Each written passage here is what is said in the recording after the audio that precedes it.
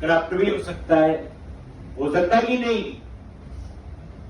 तो single user में तो कोई प्रॉब्लम नहीं, यूजर डायरेक्ट फाइल को एक्सेस कर रहा है, कोई प्रॉब्लम नहीं है।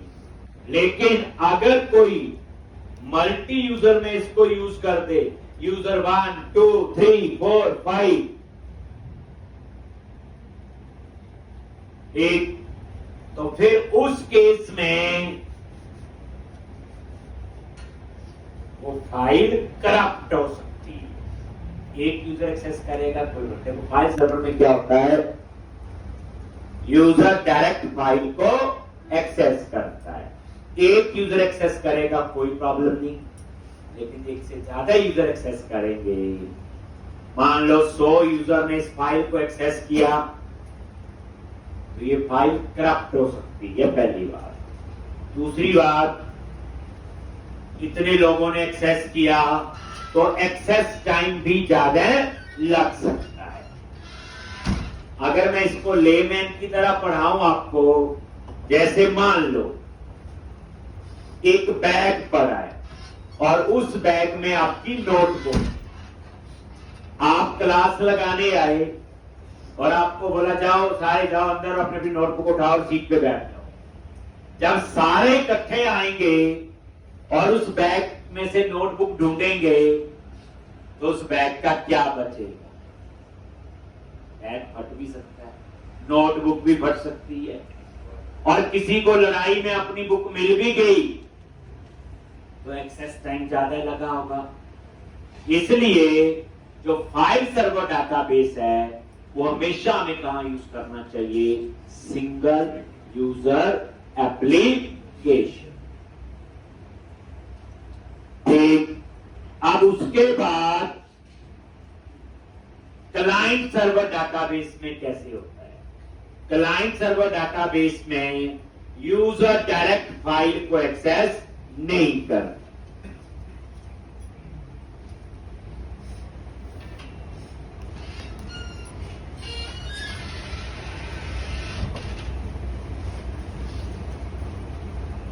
क्लाइंट सर्वर डाटाबेस में यूजर डायरेक्ट फाइल को एक्सेस नहीं करता, बीच में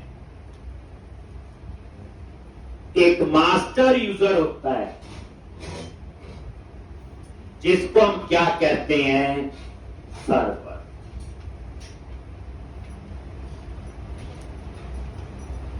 क्लाइंट सर्वर में क्या होता है आपका?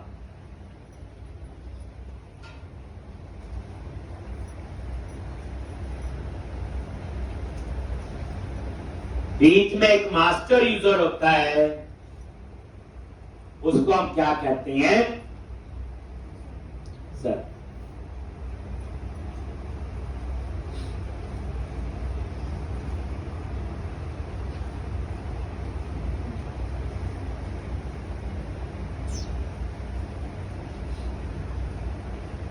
इसमें क्या होता है? जो भी रिक्वेस्ट है इस मास्टर यूजर सर्वर के पास जाएगी, फिर मास्टर यूजर सर्वर क्या करेगा? एक एक रिक्वेस्ट को एग्जीक्यूट करेगा, उसका क्यू बनाएगा। क्या बनाएगा? क्यू। उसकी लाइन बनाएगा और एक एक रिक्वेस्ट को एग्जीक्यूट करेगा। तो क्लाइंट सर्वर डाटाबेस में क्या होता है? यूजर डायरेक्ट फाइल को एक्सेस नहीं करता, बीच में एक मास्टर यूजर है जिसको हम क्या कहते हैं? सर्वर। वो क्या सारी रिक्वेस्ट उसके पास जाती है, फिर वो एक एक रिक्वेस्ट को एग्जीक्यूट कर। जैसे बैग पड़ा है आपका नोटबुक से, आप आए बाहर क्यू में आए, तो जो बाहर लाइन बनवा रहा है वो कौन हो गया? सर्वर। एक एक बच्चा अंदर आएगा, अपनी नोटबुक उठाएगा और सीट पे बैठ। तो कहने का मतलब मेरा यह है कि क्लाइंट सर्वर में क्या होता है? जो यूजर है वो डायरेक्ट फाइल को एक्सेस नहीं करता, उसको कंट्रोल करने के लिए बीच में एक मास्टर यूजर होता है जिसे हम क्या कहते हैं?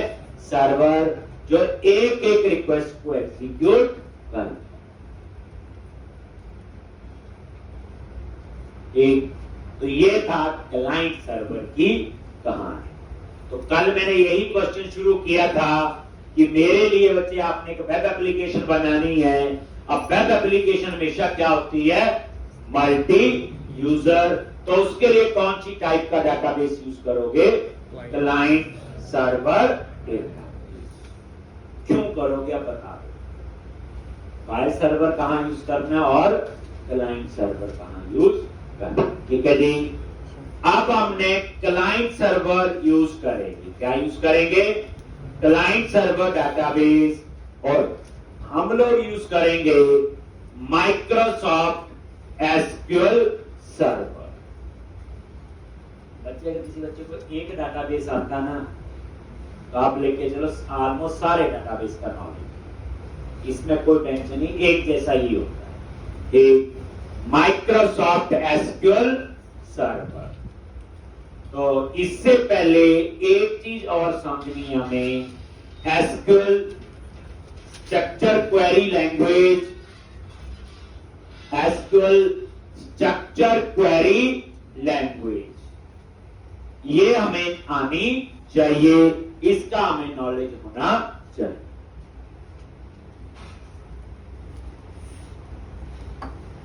और एसक्यूएल क्या है, structure query language, it is base language for all databases। SQL क्या आपका, structure query language, it is base language for all databases। यानी SQL कोई डाटाबेस नहीं है। मैंने देखा कई बार बच्चे कहते हैं मुझे SQL आता है। अब ये भी बात समझ जाती कि वो MySQL की बात कर रहे डाटाबेस की, या माइक्रोसॉफ्ट एसक्यूएल सर्वर की बात कर रहे। एसक्यूएल डाटाबेस नहीं है, structure query language, it is base language for all databases. यानी जितनी स्ट्रांग मेरी एसक्यूएल, उतना ही स्ट्रांग मेरा डाटाबेस। जैसे आप मेरे पास प्रोग्रामिंग करने आए, जावा में करेगा, कोई पाइथन में, कोई पीएचपी में, एक कोई एंगुलर में, रिएक्ट, नोड, सारा, तो आपका बेस क्या है, सी और सी प्लस प्लस पर ही होनी चाहिए। सेम जब हम डाटाबेस की बात करते हैं, कोई भी डाटाबेस हो सकता है, फाइल सर्वर हो सकता है, क्लाइंट सर्वर डाटाबेस, अभी एक्सप्लेन किए, तो यहां पे एसक्यूएल आनी चाहिए, structure query language, it is base language for all databases. और जो एसक्यूएल है, it is non procedural language. SQL जो होती है, ये नॉन प्रोसीजरल लैंग्वेज भी कहते हैं हम इसको। कोई पूछे इंटरव्यू में आपसे किसी नॉन प्रोसीजरल लैंग्वेज का नाम बताओ, तो जो एसक्यूएल है वो आपकी नॉन प्रोसीजरल लैंग्वेज है। It is simple English like language, इसके सिंटैक्स इंग्लिश की तरह सिंपल होते हैं। It is simple English like language, मतलब इसमें जो कोडिंग है कोई इतनी कॉम्प्लेक्स नहीं होती। तो कहने का होता है, जब कोई बच्चा कहता है देखो मुझे डाटाबेस आता है, जैसे आप में से जो भी कंप्यूटर बैकग्राउंड से उन्होंने डाटाबेस पढ़ा हो, 5-4 बच्चे हैं जिन्होंने नहीं पढ़ा हो। अगर मैं बोलूं वो कहते हैं मुझे डाटाबेस आता है, तो उनको पता कितना पता है डाटाबेस क्या होता है, टेबल क्या होते हैं, प्राइमरी की पता है, फॉर्म की पता है, थोड़ी बहुत एसक्यूएल पता होगी, और किसी ने अच्छा पढ़ने की कोशिश की होगी तो उसको trigger, procedure, cursor, indexed view, ये भी शक्ति है, बताइए आप। और इतना आने के बाद मैं बोलूं मुझे डाटाबेस आता है, नहीं, it is just 20% of any database. तो हम लोग ये टर्म तो यूज कर ही नहीं सकते अभी कि मुझे डाटाबेस आता है। मैं डाटाबेस यूज करना जानता हूं। अगर आप बोलो मुझे डाटाबेस आता है, तो 80% चीजें और है जो हमें अभी नहीं। जैसे आप ये पूरा कोर्स 6 महीने का कर रहे हो, ऐसे ही डाटाबेस के भी कोर्स होते हैं मेरे, इतने टाइम के, वो तो हमें आते नहीं इतने।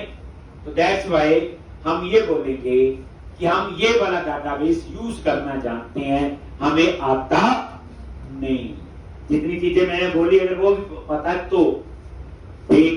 तो अब आप बोलोगे कि सबसे पहला काम है हमें एसक्यूएल आनी चाहिए, स्ट्रक्चर क्वेरी लैंग्वेज।